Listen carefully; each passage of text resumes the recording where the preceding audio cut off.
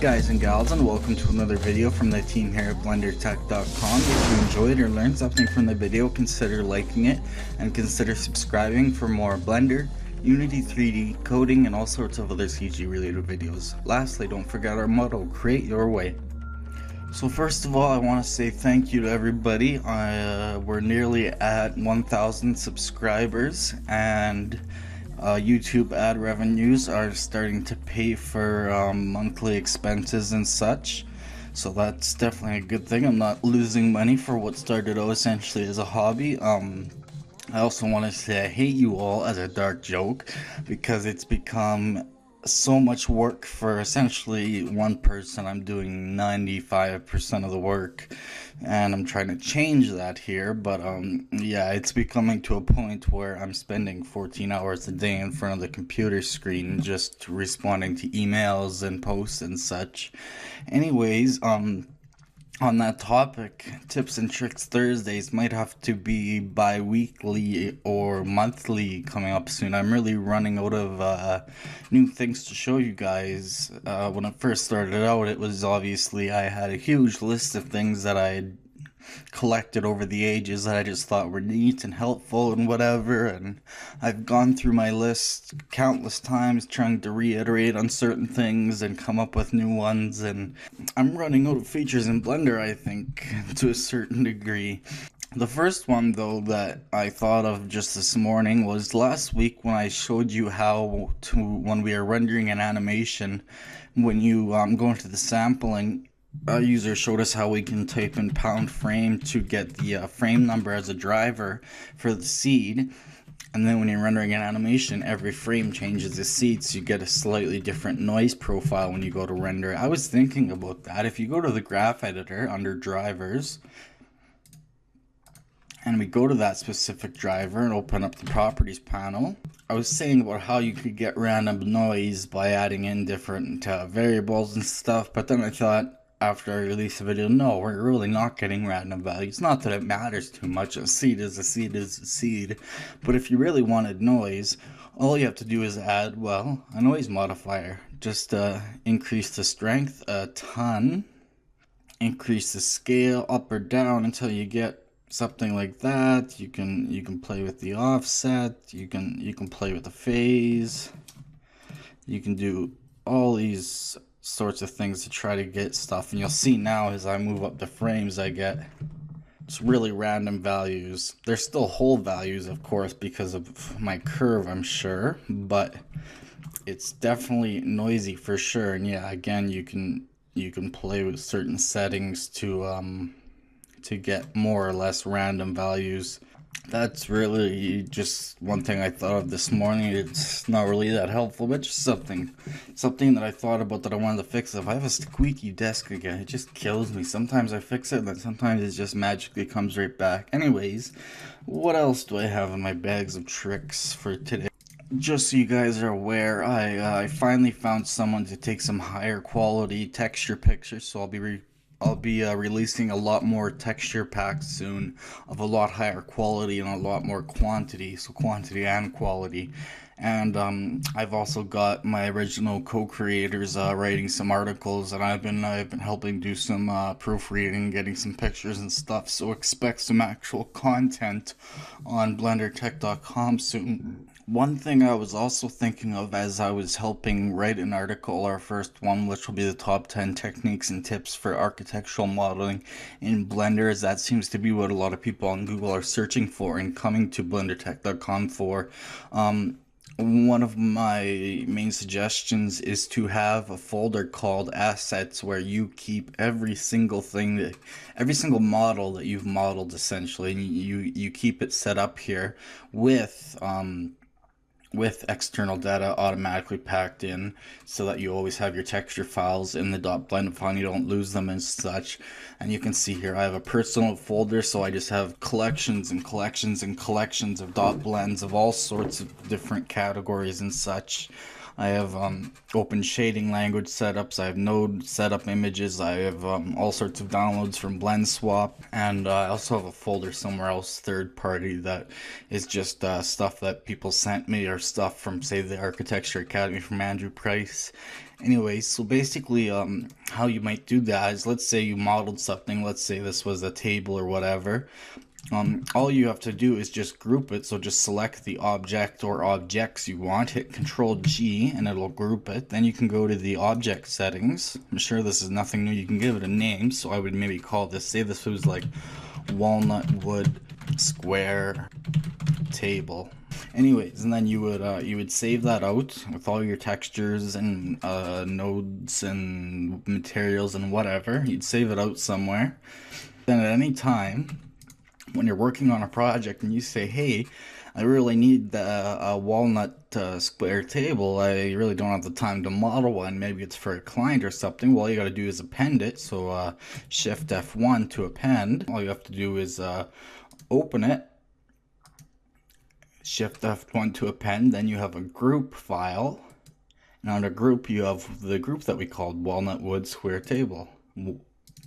So you just double click that and you get your object back, and then obviously you can select it and you can remove it from the group, and then you just have a regular mesh back in your scene. And on the topic of Andrew Price's Architecture Academy, this is how he gets you through the first week. He supplies you with all sorts of different interior based objects, tables, books, shelves, lights, all sorts of things, plants, whatever, and then you just append them and place them in the scene wherever you want. So you only have to do the base modeling, and then he supplies the rest, so that you can say, yeah, wow, I made something that looks really, really professional. And then slowly it gets harder and harder and harder. But yeah, basically I'm just saying, whenever you have a model that you like and you enjoy, definitely group it and save it somewhere so that you can always go back to it at any time and append it into another scene. Just reuse stuff over and over and over. Of course, Pixar does this all the time. Game companies do this all the time. It's just a huge time saver is what it is. Even if you take the model that you originally had, you can always go and edit it afterwards too, right?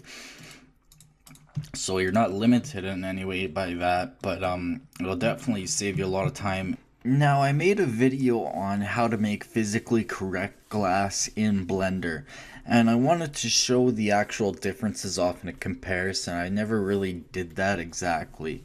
So this is using a real glass material node setup. So I'll just quickly show you the real one. It looks like this basically. So essentially, the glossy, diffuse, and shadow rays are all played by the glass, and everything else is seen as transparent. So it just basically it just tells Blender how the glass should look and such. Now, there's not a lot of difference. This is the real glass. Now, this is just using just a simple glass shader, so just a glass shader into your material output, and look at the increase of fireflies and just the differences in shadows. And you can see in the lights, or sorry, in the windows, they look a little bit different, especially if we had a scene outside as well. You'd really notice the reflections on the windows and stuff. But you can see there's definitely a difference. Real glass, fake glass, real glass, fake glass. So yeah, shadows and fireflies, and if time permits, I highly suggest making physically real glass. And it doesn't have to be as complicated as this. You can simply just, in my opinion, that would work just as well. Or you could do two mix shaders with a shadow and diffuse running into each to tweak it a little bit. This is the simplest way to get physically real glass versus just using a glass shader like that, which is what I guess it'd be more like this, which is what I did for the glass shader only, the fake glass. That's the difference. And the original scene intensity for our environment texture, this is with real glass.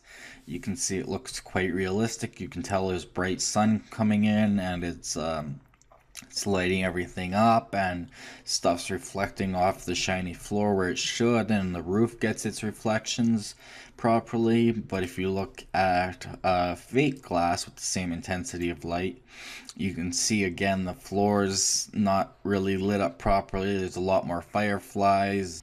There's a way to go in between these. I forget what it is though. Oh yeah, you press the numbers. So what are they? 7 and 2, 7, 2, 7, 2. Yeah, so fake, real, fake, real. So you can see if you have the extra little bit of time, it does make a difference to your scene, and people definitely know, especially if you render, this is only 25 samples, especially if you render it at higher samples, you'll definitely notice the difference between real and fake, basically. But the glass shader does do a good job. The difference is slight. So yeah, I just wanted to show that comparison, basically, that if you have the time, make your glass physically correct. It will make a difference in your scene, especially, again, if it's complicated and you have lights and stuff outside of an interior scene, or the inverse. You have an exterior scene with stuff inside and there's windows or some sort of other glass. It'll make a big difference and make things look much better. Just something I've wanted to bring up for a while is a direct comparison between the two. And of course, yeah, anytime you can reduce fireflies just with a little bit of extra work is always great, of course, especially if you're doing animations. Anyways, enough about that. Actually, the light path node is a very interesting node, and not a lot of people know how to use it to its fullest. I don't even know how to use it to its fullest, but I want to show off something that Andrew himself actually suggested watching the video, and I'll link to it if I remember, but it shows you how to use it in some cool ways. I'll show you one of those here really quickly. So the video is using Blender's light path node for cycles and ray tracing in general by BlenderTek Skorupa. It's off YouTube, and yeah, it's great. It explains ray tracing from bottom to top. It goes over all sorts of different things, and it shows how ray tracing can be used to your advantage or disadvantage. Like in this example, we have just a simple UV sphere, and in the node editor, its material is a mix shader of diffuse red and diffuse pure green. However, the factor is the camera ray. So the camera rays that it sends out, the ray tracing, determines the factor. So whether it's going to see red or green. Then we just have a little circle, which is just, at the moment, it's just a transparent shader. So it's completely transparent. If we look through the camera and go into rendered mode, we see basically just a green UV sphere. But if we change that to something like a glass shader, that change how the rays are going to be bounced around and how the ray tracing changes, you can see that obviously it changes the factoring, and we get a part of it is red just based on the way the camera is seeing and how the rays are bounced and how the ray tracing works. So very, very interesting video to watch, and goes into much more detail in this, and he actually explains how this all works and why. And there's all sorts of interesting things he does that shows off just really, really, really neat things that gets much more complex than this. And it's one of the most interesting videos I've seen in a long time. It definitely taught me a lot. Like, look how in the reflection here we see the reflection is red, but the actual UV sphere itself is green. And if we change light path is camera ray to shadow ray, there's all these different things you can play with, and he goes through all of them and how they affect different things, and how each of these works in terms of ray tracing. Like this is a good example here. So depending on the length of the rays, it gives us a different color, so kind of a very cool effect. The shorter rays, the ones that are closer to the glass, are more red, and the ones further away are more green. So that's very, very cool. And so yeah, he just goes through a bunch of things like that. Very, very neat. I suggest you watch. I just wanted to quickly show off the light path node and how it can create some very interesting and usually very useful things. You can have certain rays do certain things. So I'm not going to ramble on too much more about it. It's not really a tip or trick, but I suggest you do watch that video. You'll learn quite a lot about the light path node. Now, someone had asked when I did my little video on how to make a working clock using drivers, why, when after a full 24-hour trip around the clock, the hands aren't back directly aligned as they would be at the beginning like that. That's because, not because of Blender's rounding errors. Blender is actually very, very, very, very precise. Like you can see here, the Z dimension is 0.1, 2, 3, 4, 5, 6, I think 7 decimal places in, and I think it even gets more precise than that. You just don't necessarily see it always, but the precision is there.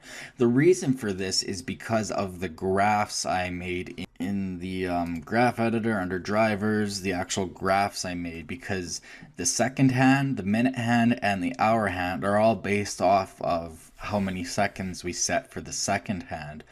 So the second hand here, it's off because, for example, if I set it to 0 seconds, it's all lined up perfectly, you would assume, but you can see that it's not quite on 0 and 0. It's on 0 in this direction, so my input is 0, yes, of course, but my output is just, I can't even read this, but it's 0.0000421.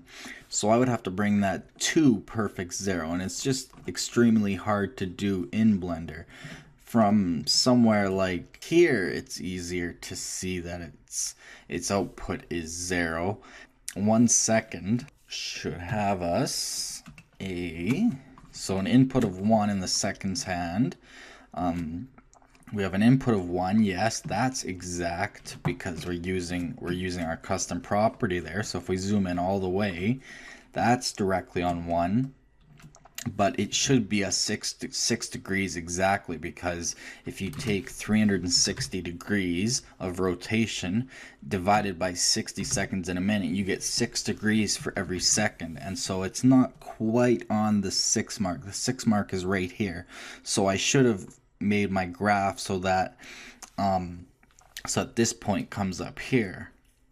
So really it's my graph that's messed up, and I didn't set this up very well to fix this. I would have to, I don't even know where my points are right now. I got 1 right there. I can make this obviously a lot more precise. I just really did it a lot quicker than I should have. If I want exactly 6.000, it's more up here. Not quite perfect. Going back to 1. So my idea here is just that when you're dealing with precision like this, you need the precision in your graphs to be able to get precise outputs. So yeah, that's just basically the reason for that. I wanted to answer that, to basically give the tip that when you're dealing with precision, it's the curves that'll make for any imprecision, not Blender rounding errors. Blender doesn't round unless you get to very, very, very high amounts of detail.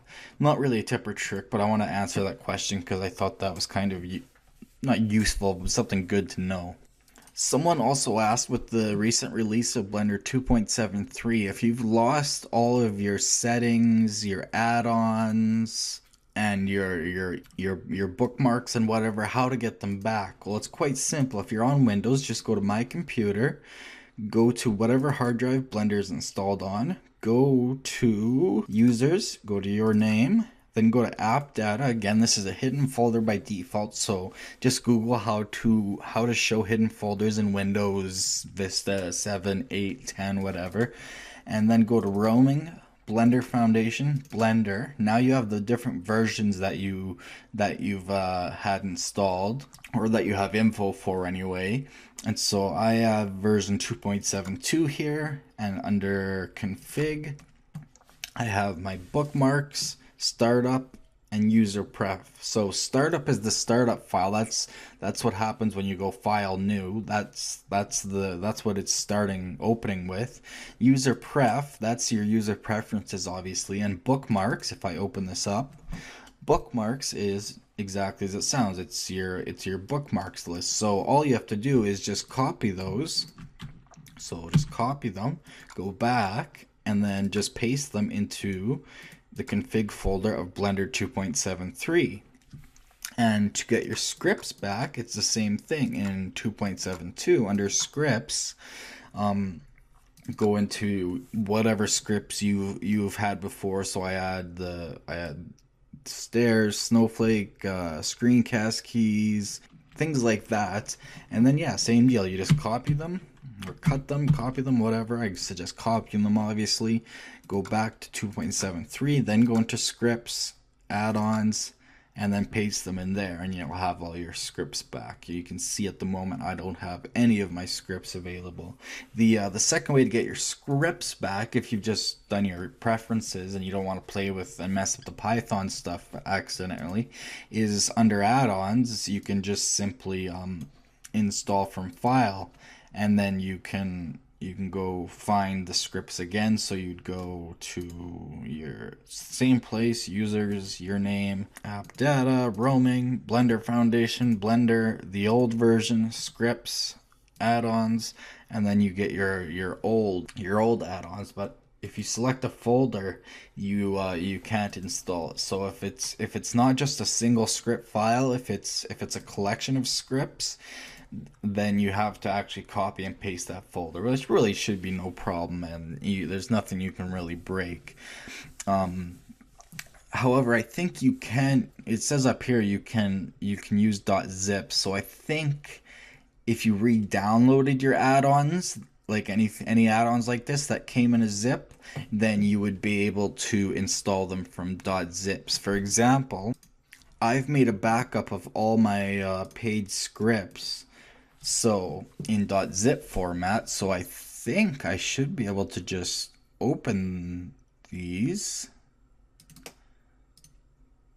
Let's see, asset sketcher. Yeah, and then it's available to me right there. So that's exactly it. You can re-download your add-ons in zip format and install them that way too.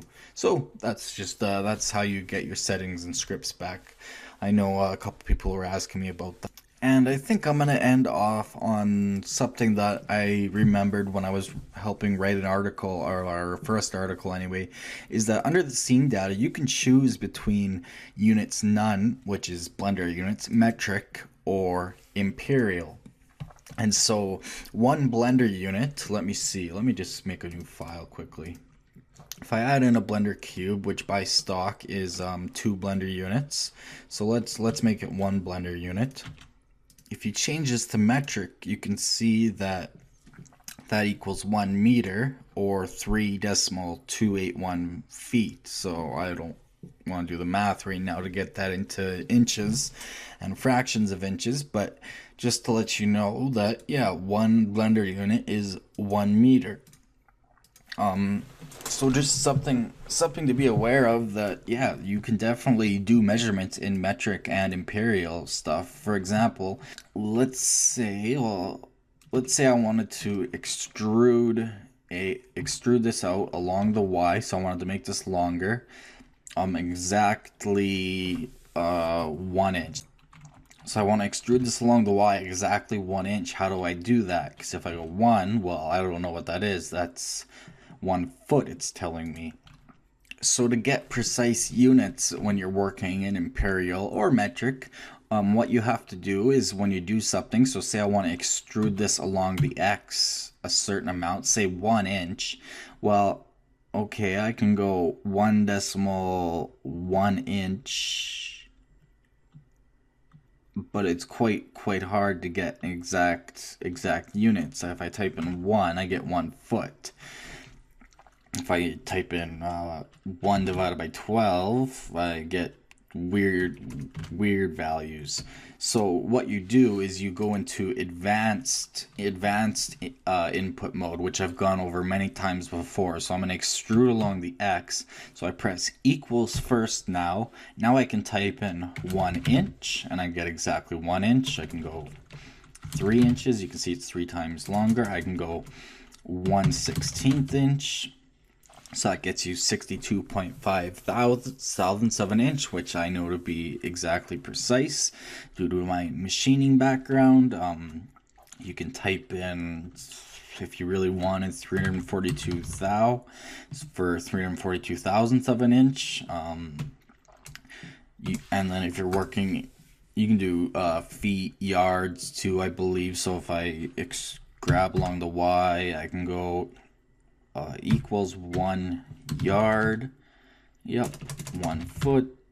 1. I don't even know a lot of imperial units other than that. But working in metric too, you can.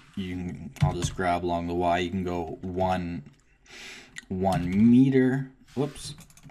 Grab along the Y. Oh, now I have something unselected. Grab along the Y. 1.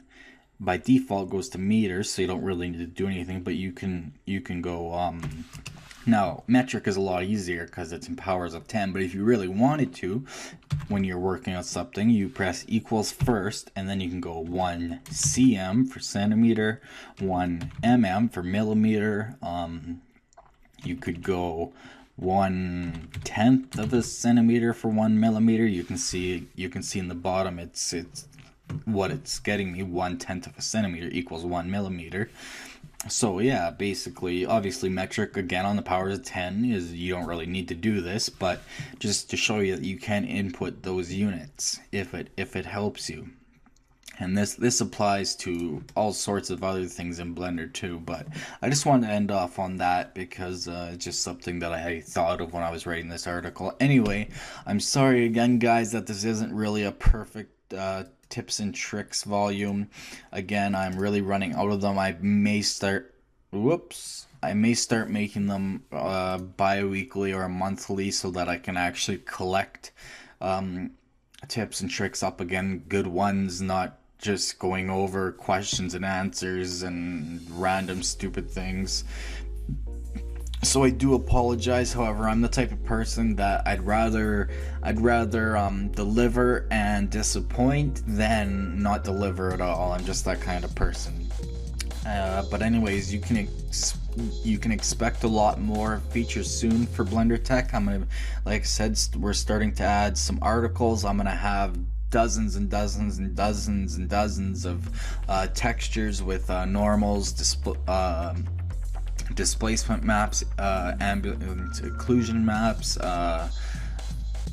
what else, specularity maps, all together. I'm gonna put packs together. I'm gonna have a bunch of model packs together. I've got a bunch of things basically waiting, just I need the time and I need to perfect everything and such. So expect some very big updates coming. And again, thanks again for all your support. We're getting close to 1,000 subscribers.